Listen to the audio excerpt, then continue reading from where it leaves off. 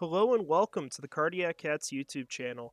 I'm your host, Jacob Shorba, and today I've got a fun episode for you guys as we're going to be kicking off our series on ideal draft prospects for the Jacksonville Jaguars in 2024. So I've got 10 guys for you here that we're going to talk about.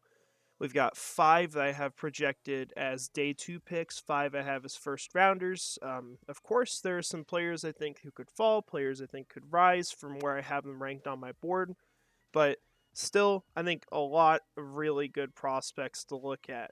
So we're going to talk about them, some of the strengths, some of the weaknesses. We'll try to hit on kind of how they fit in and then what you might do if you're going to draft this guy. Is this a guy maybe you trade back for, you got to trade up for? Is he going to go around your pick? What's the scenario where Jacksonville gets this player? So that's kind of what we want to hit on. But very excited to get into this, so we are just going to go ahead and jump right in with our first guy, which is Jarvis Brownlee Jr. Now, if you asked me 4 weeks ago who Jarvis Brownlee Jr. was, I would tell you I don't know who the heck you're talking about. I've never heard of this guy. But going out to the Senior Bowl, he was a guy who stood out all week long, played phenomenal. And so, obviously, because of that, he had to make my big board. I had to go do some research. And, I mean, there's a lot here with this guy, especially if you're going to move him into the slot. So, Brownlee has mainly played outside cornerback, although he does have experience in the slot as well, but he's primarily been boundary. He doesn't have, great overall size. He is 5'10 and a half, 183. But as far as arm span, kind of average at the position. However, the things that he does on the field with what he has, it's about the best you're going to get. And so, talk about him, what he does. He's super physical in press coverage. He can play man-to-man really good. Very sticky, very fluid player. Like I alluded to, he has experience playing inside and outside. So what I like about that is that when I'm looking at who we're going to add to the slot, who we're going to try to resolve that issue with, I'm going for a guy that has the ability to kick outside if needed, because I want to have cornerbacks who can kick outside so we don't have to get another player who just does that. He gets paid well because he's got to be good, and then he's just not even on the field, right? You'd rather have something like that where maybe he kicks outside, Antonio Johnson plays more in the slot, and then Andrew Wingard goes on the field. I think that would be smarter for the team as far as resources, and then obviously the upside of being able to kick outside. I think it's better to get players like that. So I really like that about him. He is an explosive player, really good speed. Also, great recovery speed. That's going to be incredibly important playing in the slot because you are going to go up against really fast players. And most importantly, with a projection to the slot, you got to be good at tackling. You can't be afraid of tackling. And Jarvis Brownlee Jr. is a solid tackler, someone who is not afraid to get dirty. So I really like all those things about him. As far as detriments, I haven't got to really sit down and watch him enough times where I've found, honestly, any major problems aside from size. So there's not a whole lot there. I mean, he might be higher than 70 on my big board at the end of the day. And for a lot of people, he is higher than this. So we'll see where it is, 2 months from now when we're getting ready for the NFL draft. But there's not a lot to talk about. I have heard he has some lapses in coverage. Wasn't something I saw on film. But nonetheless, definitely something I'm going to try to watch for when I go back through this again, probably following the combine. So that's our first guy on this list. Our second guy, getting up into second round range, although I do think Brownlee probably goes around the second round, and you probably got to consider taking him at 48 or moving up really far in the third if he falls. The next guy definitely should be going second round, and that's Cooper Beebe. Cooper Beebe was an early favorite of mine, and I think he was for a lot of people because this guy's just a good football player. He has experience playing all over the formation. He's played tackle as well. He's a left guard right now for Kansas State. You see him kick around and play all these different positions. He does it all well. And that doesn't mean I'm out here projecting him to play tackle in the NFL, but I do think that he is going to be a very good guard. I think he's going to be very reliable there. And for a team like Jacksonville that for a while now, we haven't really had the answer at left guard. We've kind of ignored it, really, up until the Ezra Cleveland trade. They just kind of said, "Oh, well, we'll just put whatever swing tackle we have at left guard, or Tyler Shatley will go out there, or Ben Barch." Like there really hasn't been a solution given to that problem. If you pick Cooper Beebe, you're solving that problem.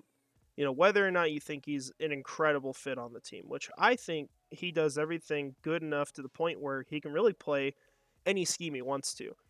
Over the last 3 years of college football, which this guy, he's going to be almost 23 coming into the draft. He does have a lot of starting experience with that.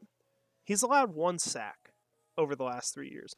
It's a mountain of a man, big guy. We're going to see the actual measurements when we get to the combine, but he's projected right now at 6'4", 335 pounds. So very similar to like what Jackson Powers Johnson is now. He's got a lot of strength the way he plays. He creates holes in the running game, lanes for the rushers to go through.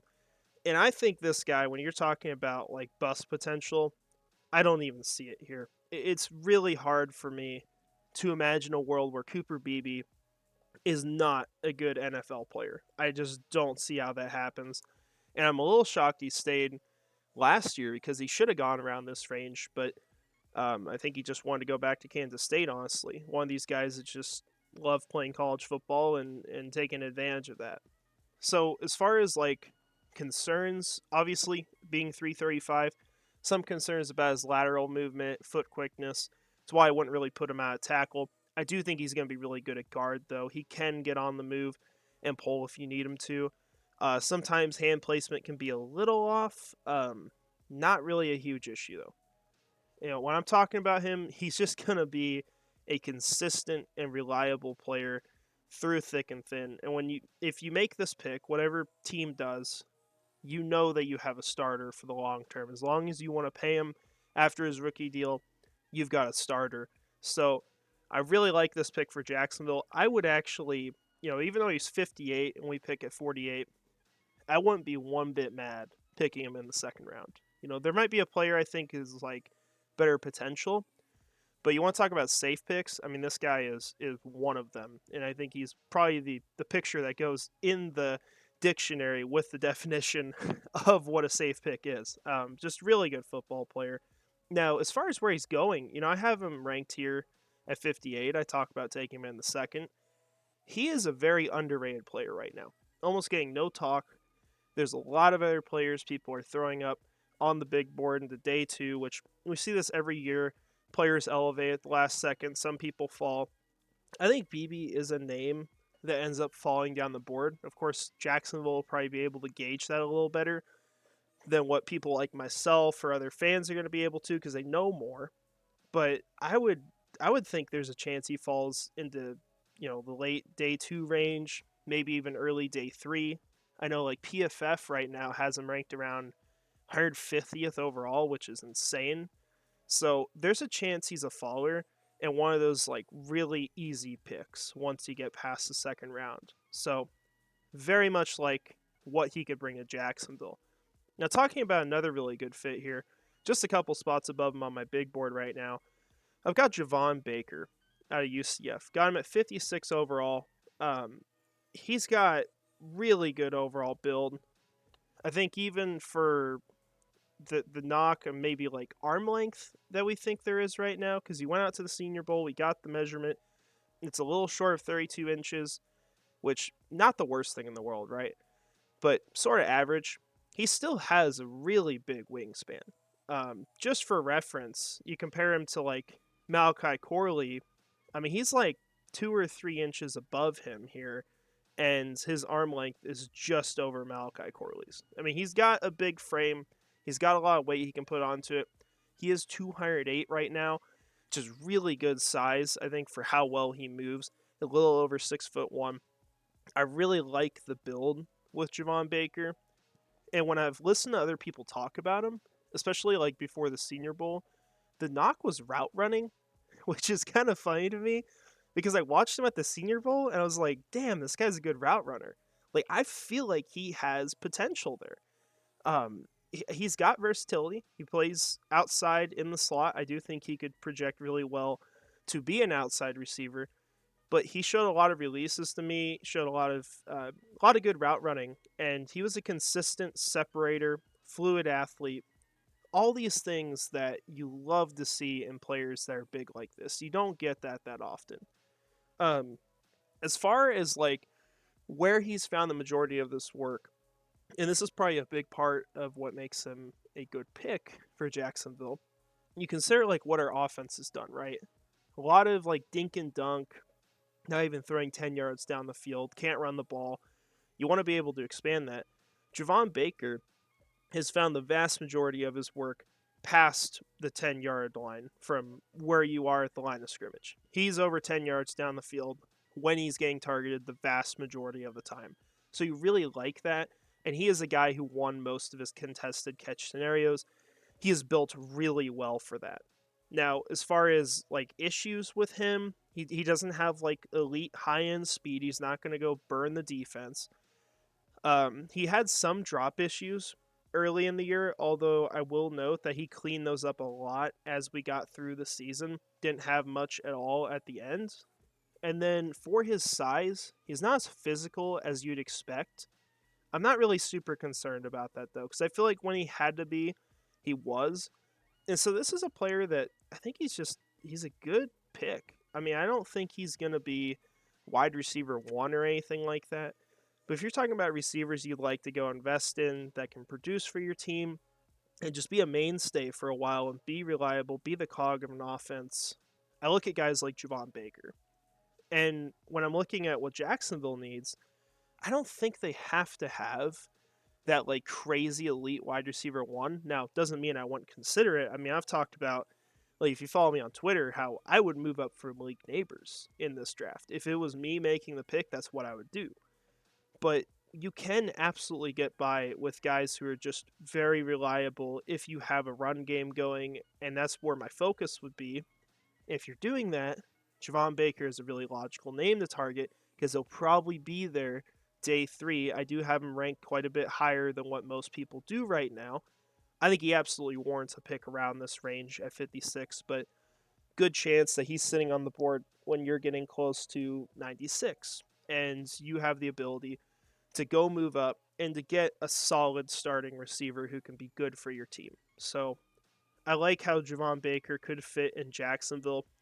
I just think it's a really good deal for the Jaguars and something that they need on the offense. So that's my thoughts on him. Our next guy, we're going to swap it over to the defensive side again, go defensive line with Michael Hall Jr. I know there's some people that when I've brought him up aren't like huge fans of him, but this is kind of how I look at him. He's not even going to be 21 when we get into the draft, right? Very young player. He has really good arm length. I think not like blowing you out of the water or anything, but he's around 81 and a fourth inches for his wingspan. He's over 33 inches for the arm length playing on the interior. Big hands as well. I like all that about him. The knock is more so like being a little undersized as far as height. He's just over 6'2". He's about 280 pounds. But man, what he does with that, I think can be phenomenal.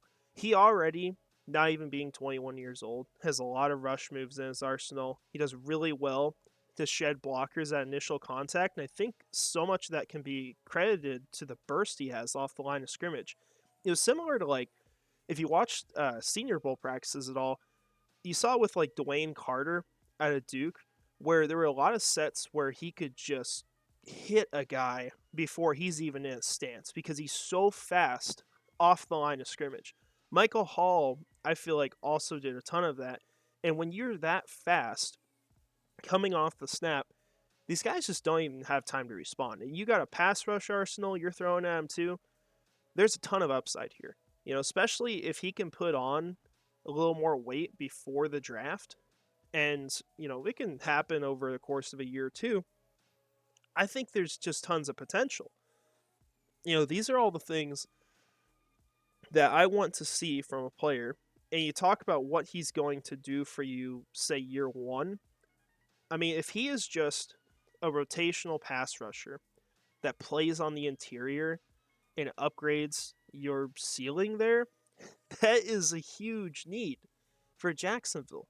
Like, we need run stuffers, of course, but we probably more importantly need people who can collapse the pocket from inside on the passing downs. We have not had a guy who can do that. And I see Michael Hall Jr. as someone who, right off the bat, has the ability to do that, can add the pressure coming from the interior, and then you try to build him up and you try to get him to be a complete player, someone who can also defend the run. So I think that just ends up being a good pick for Jacksonville because he fits what you immediately need, and the things he's growing in aren't the immediate needs. They're the secondary things. Not that we're great in like run defense right now, but if you're talking about what you want from an interior defensive lineman on this team, you want a guy who can rush the passer. I think that's the most important thing of what was missing for the team. So Michael Hall Jr., tons of upside, but what he is coming into the league at a very young age, I feel like is exactly what the Jaguars are going to be looking for. So now we're going to get into our last, I'll say quote unquote, day two guy, because he's 33 for me. There's very much a chance he goes first round. I would not be shocked by it. Zach Frazier out of West Virginia. I feel like Frazier, where he's fallen, is exactly where I thought Jackson Powers Johnson was going to fall. Funny enough, the kind of player he is, the size, like all the measurements are exactly where I thought JPJ was going to go. But Frazier, I think he gets overlooked a lot because of how well Jackson Powers Johnson has done. You've even got Graham Barton, who's a very intriguing guy to convert to center that played tackle. So you think there's a ton of upside here. But Zach Frazier, when I watched him, he was just phenomenal. And it's funny because the first time around, a couple months ago when I watched him, I didn't really think anything of him. I don't know how I missed it, but I went back and reviewed him here in the last few weeks. And it's like, this guy's just great. I mean, he's going to be a good starter in the NFL. And so, like, the thing that really stands out about him to me when you're trying to separate him from other players, where does he excel?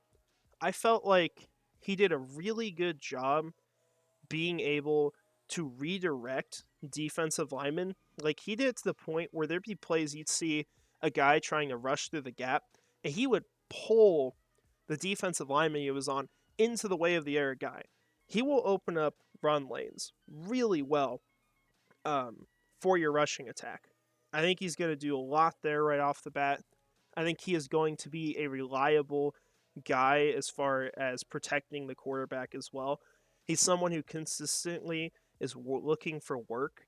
He's always trying to find something to do. You don't have to worry about that with him. Really good movement skills as well. I mean, everything stands out about him, really, at the end of the day. But you got guys like JPJ and Graham Barton. It makes it hard for someone like Zach Frazier to stand out. And so I love the things that he offers. The other thing I want to note with him that probably stands out the most, along with the redirection skills, the center of gravity, the leverage he plays with, is just insane. I mean, he can anchor really well at times. There's sometimes where he gets pushed back, but he has a really good ability to get leverage on defenders. Part of that is because of the size, because he is a little short for the position. He's 6'2.5" right now, and he'll stay that way. I mean, he's 22 years old. He's not exactly going to grow at this point. But I mean, I think it's sometimes an advantage when you have that kind of size. There's things you can do that other people can't. Like when you're shorter, usually you're going to have better leverage. Your center of gravity is going to be lower. It's going to help you. And he definitely takes advantage of that. So I like that about him. I think those are things that stand out. Like I said before, probably the one knock I have on him is that he gets driven back on some plays. So I think there's still room for him to get a little stronger. He is 314 right now. That is actually about average as far as what center size is in the NFL. But as far as what Jacksonville needs, after watching Luke Fortner get thrown into oblivion all year, I'd like to get a guy who's bigger. And I think Zach Frazier can absolutely be that. I just like to see him put on maybe 5-10 pounds before the season starts, ideally. But really good player. Talking about how he could come to Jacksonville, I think the most realistic scenario is that you don't get Jackson Powers Johnson round one. You're going after maybe receiver, defensive back, different offensive line position, whatever it may be, and you're looking at Zach Frazier in round two. And I do think there's a good shot that he ends up falling a little ways down the board just because of how many good players there are around this range that you can justify over each other. It's really just kind of a preference thing. So I could definitely see Zach Frazier being available later on, getting into day two where Jacksonville is sitting there at 48. They might be able to pick him there. Or, worst case scenario, you're just moving up a few spots to go get the guy. I think that's fine as well. So definitely a player I like. He is my number 3 center. I kind of alluded to that with JPJ and Graham Barton. So very much a good prospect to me. Just he's in a really good class of centers. Most years, this guy would be the number 1 guy, but it's similar to like wide receiver where you just got all these incredible players at that position early on in the draft, at least. Maybe not as much depth there at center, but really good top of the position. So let's get into day 1 picks. We're going to start with Adonai Mitchell. I know this is a favorite of a lot of Jaguars fans, and I can see why, because the thing that I think of when I think of AD Mitchell is the potential, and it feels like this was a player who's really close to like setting himself apart to maybe be that 4th guy in this draft class. But unfortunately, like at the end of the year when he was clamoring for the ball against Washington in the semifinal game, he ended up not coming down with it. And it was great defense. He didn't really even get a shot on the play, honestly. But there were just a lot of things with his career in college where it felt like he just didn't take the next step, but you can absolutely see how he could have and how it was a likely thing, and just maybe there's an excuse for it. AD Mitchell, he never got like 1,000 yards in college. That was kind of a crazy thing to me too. But I mean, look at the way he plays. It's like you can see how he could be a really good receiver in the NFL. And teams are going to like the value there too, because he's probably not going to be, the guy who gets picked at 17th. He's probably a guy who goes later in the first round. There's even the chance that he's there day 2. Although I think he probably should go first round because, like, if you're the Kansas City Chiefs, how do you let him pass you? I mean, there's not many scenarios where that's really justifiable. So he should absolutely be a round 1 pick. But as far as size, he's 6'4" right now. We'll see, obviously, at the combine for sure, because he wasn't a Senior Bowl guy or anything. We don't have confirmation on the numbers, but 6'4", 196 pounds. So like a little smaller than maybe like a Brian Thomas Jr. Although I do think he plays with similar physicality to him. AD Mitchell, he has a great frame, great length. He has versatility as well. He has played in the slot a decent amount for Texas.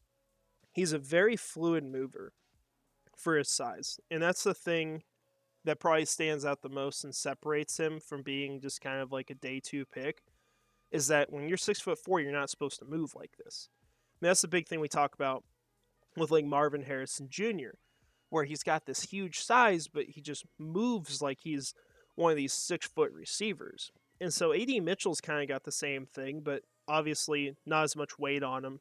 Not going to be as physical of a player, but very fluid. He's elusive in open space, hard to keep up with. He's a guy who's built to be a consistent deep threat in the NFL because he can burn a defense. He does have the speed to come close to doing that. Now, as far as like knocks on him, I've got a few here, but these are things that can very much go away. I didn't feel like he did much across the middle of the field, which is somewhere that Jacksonville hasn't really attacked. I would like to see them bring in a player who can help them over the middle of the field. Doesn't mean that AD Mitchell can't do it, but I just didn't really see that for the team. So that's one knock that I do have on him. Now, as far as other things, I think, physicality I compare him to Brian Thomas Jr. Brian Thomas Jr. isn't like a super physical receiver. I would like to see AD Mitchell be able to increase his physicality as a player, and some of that's kind of limited by the weight. Um, Probably the biggest thing, though, there's points where you watch him on film where it just feels like he's uninspired. He's taking plays off. He's just kind of, hanging out on a play. Maybe it's a run block and it's not going his way. He just doesn't even sell it. He just kind of takes the play off to gather his breath or do whatever it is. Not that I think he has like endurance issues, but that's a concern to me because I don't want guys who are going to do that as much. But these are all things that you can see going away in the NFL. We've seen players who are able to overcome this stuff, and you're going to get him for a discount because of that, which is why I do think, despite saying some of these things don't fit Jacksonville, why I think he is a fit for Jacksonville. So, super sneaky prospect. I just want to see that motor increase. I want to see him have the dominance. I think he can do all those things. It's just a matter of putting them to fruition. So, those are my thoughts on AD Mitchell. Now, we're going to go right back to offensive line again, and we're going to hit receiver again as well. But I got Graham Barton. Got him at 24.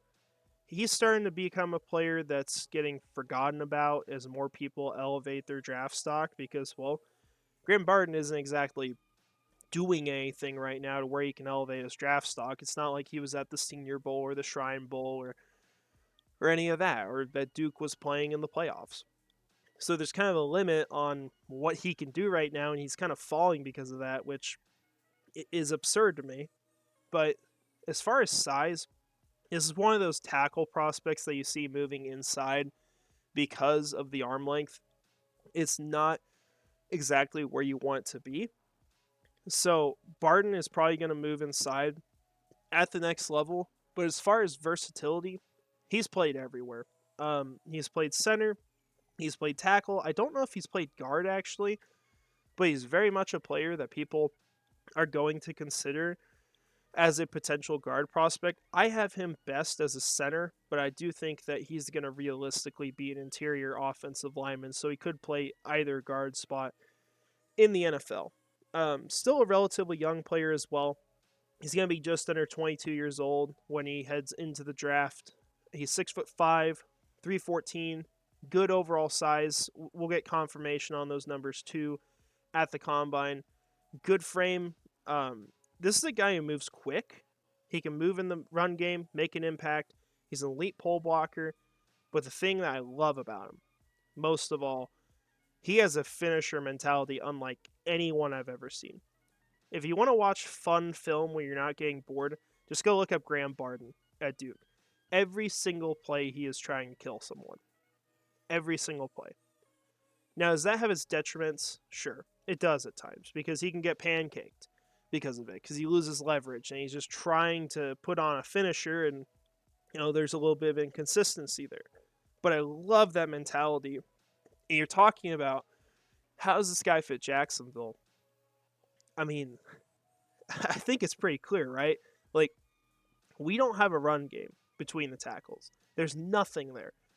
There is just a void at that spot. And so you have an offense that's very limited because all it does is pass the ball basically less than 10 yards down the field, aside from the occasional deep route. And even those are not really that reliable to happen each game. So you get in a guy like Graham Barton, it elevates the play of both your guards around him, whether it's, Cleveland and Scherf next year. Because you look at what happened to those players because of Fortner this last season. It was really bad.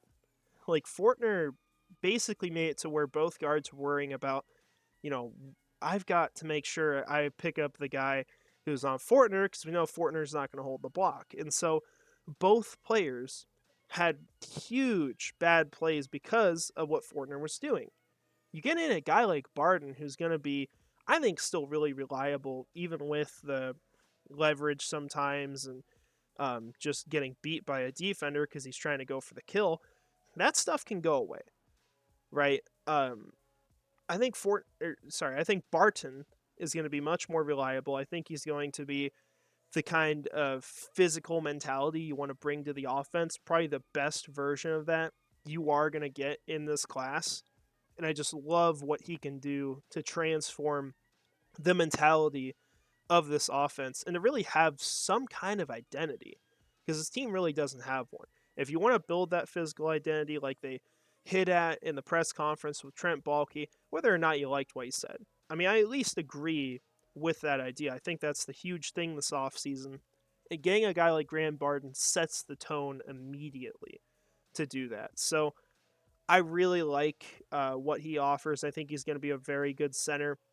I do have him behind JPJ in this class just because JPJ is playing just phenomenal for having very little experience. So you got to obviously know what is the ceiling there. But Graham Barton, really good player. As far as where he's going to go, I don't think you got to pick him at 17.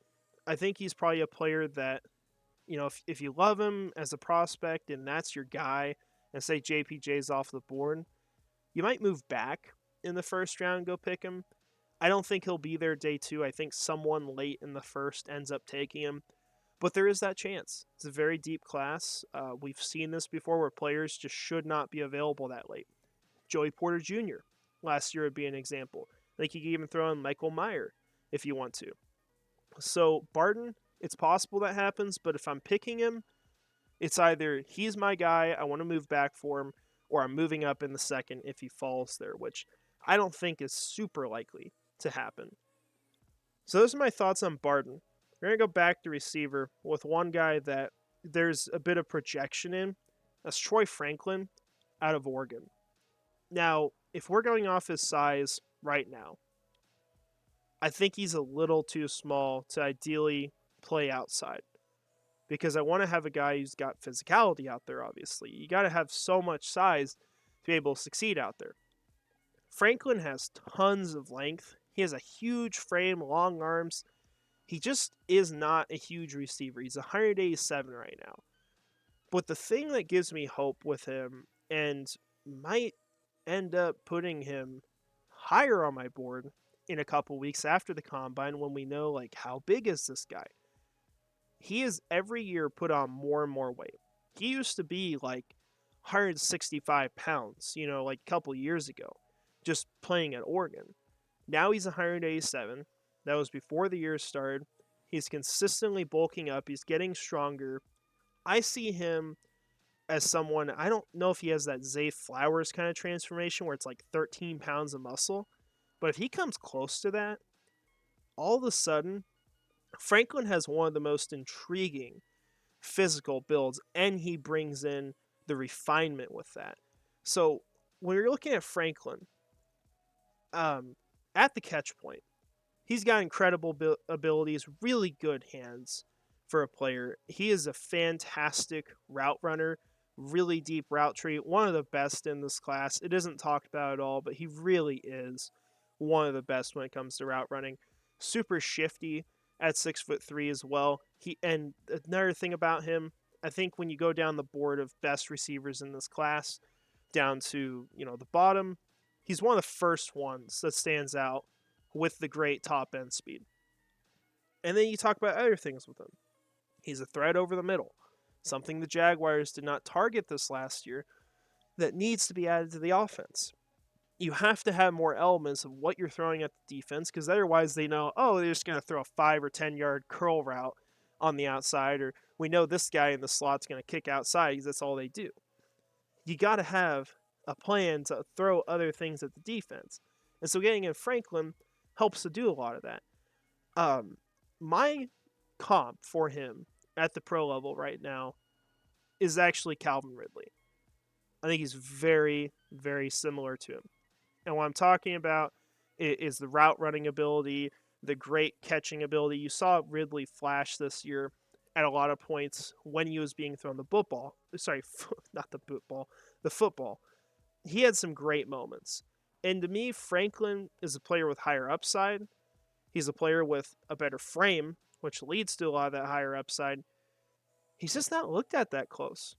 And I think one of those things is the fact that Oregon has at least in my knowledge, looking through their history of receivers, maybe there's a guy 20, 30 years ago I just don't know that was incredible. There is not a single receiver that's come out of Oregon that I'm like, oh, that's a good football player. It just hasn't happened. So it's weird to me because it's like that's something they've had a long time to do, right? So I'm a little worried about that. He gets comped to Robbie Chosen a bit as well. I don't like that too much because I do think Franklin is a better player than that. The people say, like, at this size, they don't have long careers. And I think Franklin is going to come into the combine. I think he is going to get bigger. And he's going to have to be taken out of that conversation and be one of these top guys like he should be.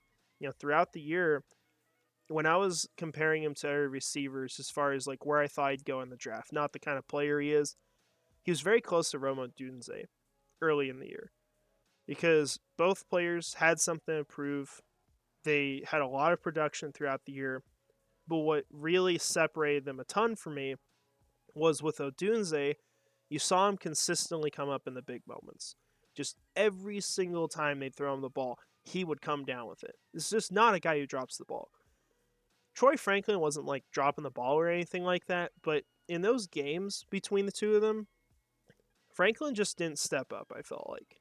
He just wasn't getting targeted a bunch. He had like 20 yards in those games, and I mean, he was going up against a good cornerback in Jabbar Muhammad, whereas I guess Oregon probably put Kyrie Jackson a lot of the time on Rome Odunze, although I know they move Odunze around during those games. So Troy Franklin just kind of fell back because of that to me. And so I like the potential with him. I think there's a lot there to work with, especially just because of how refined of a player he is. It's just about getting him NFL ready. And this could be one that falls off this list if he doesn't come in as a big receiver. Because say he comes in at like 190 pounds at 6'3", I'm probably putting him in the slot. And right now, that's my projection. And if we're talking about slot receivers, well, not really a need for Jacksonville, right? You got Christian Kirk. You don't have a lot of snaps available there. You're not drafting a guy like Troy Franklin to go be on the field, like a third of the time? I mean, I don't think that's good enough. So those are my thoughts on Troy Franklin. He will be a player that gets revisited once we know how big is this guy actually going to be in the NFL. Now, I got two more guys for you here. One of them, it is a hard one for me to rank right now, and that is Nate Wiggins. And why I say he's hard to rank is because the top of this cornerback class is so freaking good. There's so many good players. And I don't feel like any of them are similar to each other. I feel like every single one has a difference in what they bring. And it's really good. They're both guys. I shouldn't say both. There's four people we're talking about. Every single one of them you could see being a cornerback one. And with Nate Wiggins, the way he stands out, it's the ability to be a shutdown corner. He's not even 21. I mean, he's going to turn 21 just before the season. So, fantastic age going in. I mean, you're going to have him for a long time. Just phenomenal length, tons of range, super fast player. Teams didn't even want to test him. And he's really good in man coverage, super sticky. And then you also see some traits and instincts in the way he plays. I mean, he shows the football IQ to where you're like, this guy could play zone if we need him to. But he's primarily a man coverage cornerback with long arms, controls the catch point, extremely fluid. And even though he's 185, which is the big knock right now for me, he plays with immense physicality for that size. He plays with an alpha mentality. He is a player who is going to be a CB1 in the NFL. It's a question of whether he's CB1 of the four guys at the top of the draft. And there's so easily of an argument for him to be that, but there is for all the other players too. So, Wiggins, like, tons of potential there. Obviously, you're talking about Knox. He's 185. I mean, I know Emmanuel Forbes was drafted first round being like more than 15 pounds lighter than that. I think that's an outlier, though. Washington's done some stupid stuff as far as the draft here in recent history, just reaching for players. But Nate Wiggins, if he puts on, 5-10 pounds, ideally probably 10, all of a sudden everything is there to see why he's going to be a shutdown, like, elite cornerback in the NFL. It's just a matter of getting that. This is also a hard worker in the way he comes to the game. I think what stands out about him when you watch the film, if you've seen all the big plays, especially if you watch like a highlight reel of him, there were, I think, 2 or 3 plays this last year. I think it was 2, where there's a guy who's beat the defense. It wasn't Wiggins' guy, by the way. It was someone else that was covering him. And they're running down the field, and Wiggins is just flying after them, catching up to him, comes in at like the 2-yard line, and just strips it. I mean, this guy goes for the ball every single time. Has a fantastic mentality to throw on the field. And he ended up forcing fumbles, I think, on at least one of those. Potentially both. I just think one was recovered by the offense. But he's not a player that gives up on plays. He has constant, consistent effort that he brings to the field. And so you're talking about, like, how does that fit in Jacksonville? Well, right now, as of February 19th, we have questions about the future of the cornerback room because they're going to swap probably to a ton of man coverage. I know that, obviously, like, Ryan Nielsen has talked about how he wants the scheme to fit the players, right? That's not what the offseason is for. The offseason is for molding your team to fit the scheme you want to play because that's what you're going to be best at, what you train for.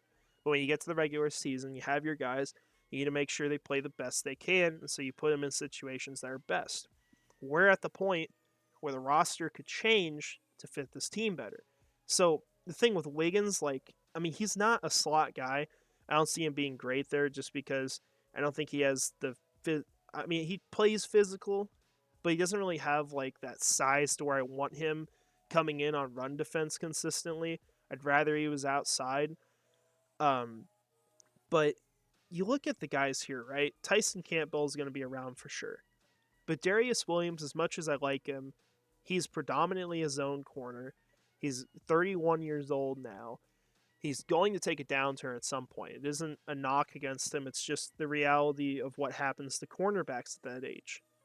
It is the perfect time to reset at that position because you can trade him. You can get, I think for sure, a day 2 pick. If it's anything less, I'm not doing it. Because at that point, it's not really worth it because you can go get the comp pick next season. But I think, like, you look at Williams, I mean, he's got an affordable contract. He was one of the best cornerbacks in the league last year. And this is the point where he's probably going to take a downturn. He's not going to be as good of a fit. I think he plays better for another team, and you go get a draft pick out of that.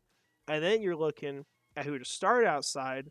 All of a sudden, Nate Wiggins is a top candidate because he's going to be incredible in man coverage. He's going to bring you a ton there.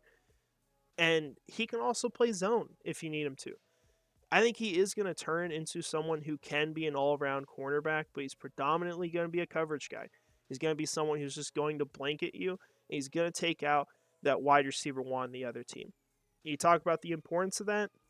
A huge reason why Kansas City won the Super Bowl this year was because of the man defense they were playing in the playoffs. And I'll be honest, I'm taking that note from another person, just things I hear. But it's clear, like, you watch the film, after hearing that, they eliminated players because of that.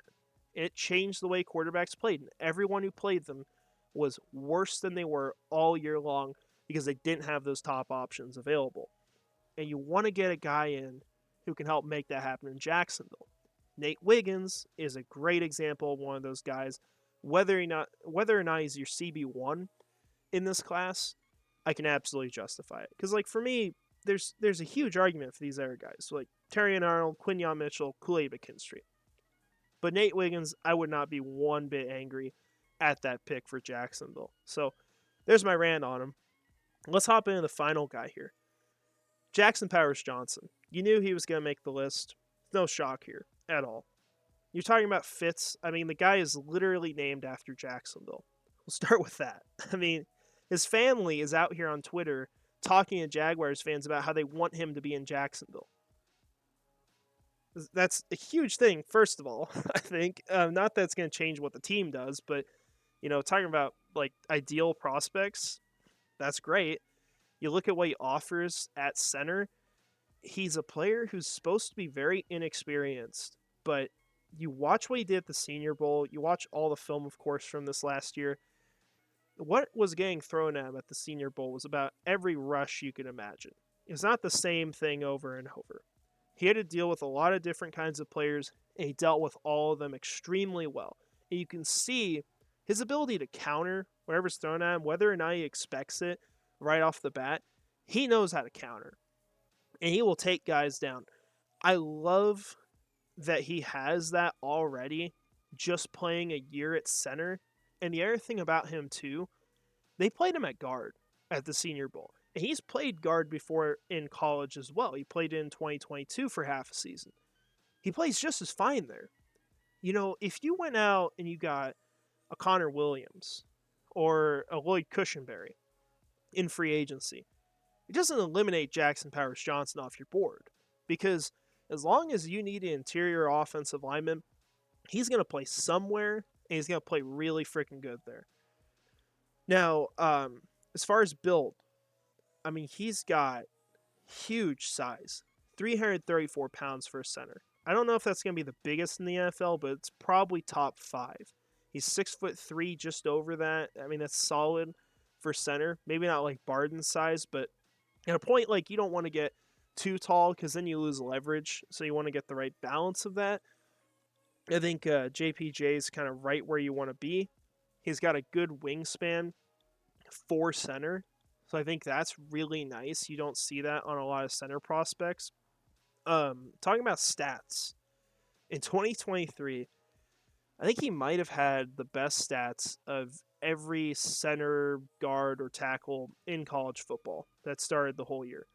He allowed 0 sacks, 0 QB hits, and 1 hurry/pressure over the entire course of the year.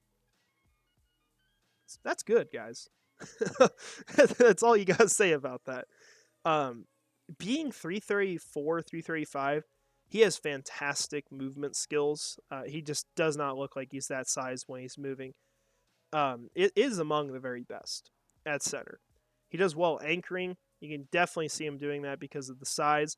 And like Barton, not to that extent, but similar to him, he bodies defenders. He looks to put people on the ground. He wants to humiliate you. So I love all those things about him. You talk about like concerns.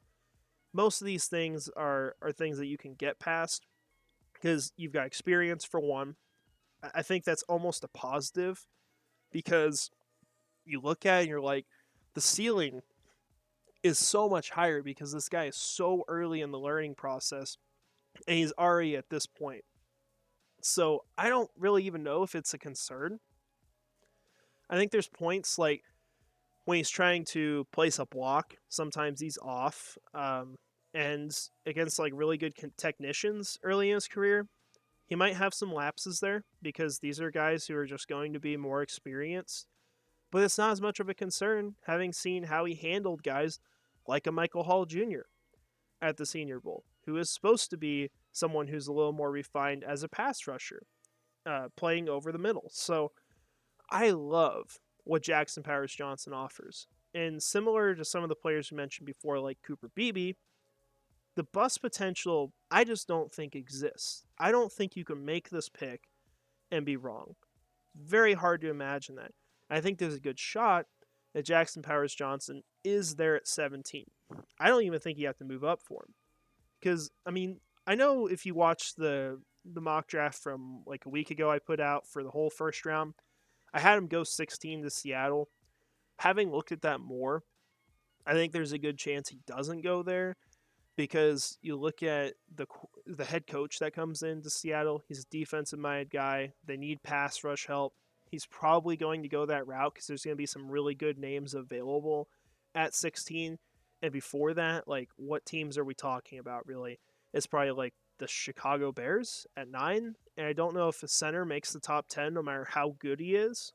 So I don't think that happens. It would have to be a team like maybe the Pittsburgh Steelers trading up over you. So I think Jackson Powers Johnson is going to be there. And there's a really high chance that, being 12th on my big board, that he is the highest rated prospect available at that point, at least in my opinion. So I love the idea of getting him here. He's a guy who's going to transform the mentality of the offense. He's going to elevate the players around him. We need a guy at center who's going to elevate the guards. Absolutely need that. We saw what happens when you don't have a solution there, and we can't let Luke Fortner start for this team again. Unless he wants to put on, freaking 10, 20 pounds and be a completely different player, which isn't going to happen. I'm just kind of done with him at this point. I don't think it's good enough. It was clearly a major issue. You're talking about a guy here who's basically bust-proof, one of the best players in the class, tons of ceiling still left to accomplish, and he's at your biggest position of need, arguably, at center. So you can't go wrong on that, right? So those are my 10 guys for you to kick this off. We'll at least have one more of these videos as we get along through the process, but this is what we got for now.